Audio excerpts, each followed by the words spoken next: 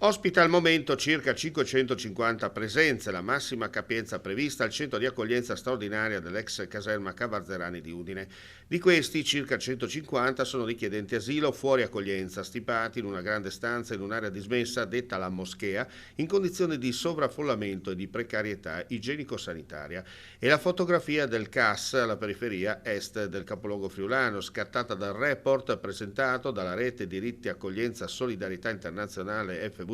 al centro di accoglienza Balducci di Giuliano. Io credo che la cosa importante da sottolineare è che quello che abbiamo fatto non vuole porsi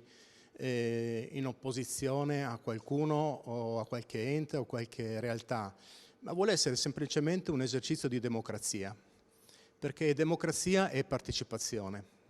e partecipazione significa andare oltre quelli che sono gli sguardi che sono orientati solo al proprio ombelico e ai propri interessi personali o di gruppo,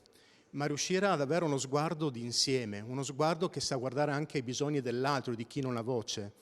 È quello che Pierluigi Di Piazza aveva sempre ricordato nella sua storia, nel suo percorso che ha fatto anche qui al centro Balducci. La rete d'Asi ha chiesto alla prefettura di garantire l'accoglienza delle persone che ne hanno il diritto, reperendo progressivamente nuove strutture idonee, provvedere a un netto incremento di concerto con il Ministero dell'Interno dei trasferimenti di richiedenti asilo verso il CAS in altre aree del Paese e promuovere di concerto con il Comune di Udine l'istituzione di CAS con modalità più diffuse.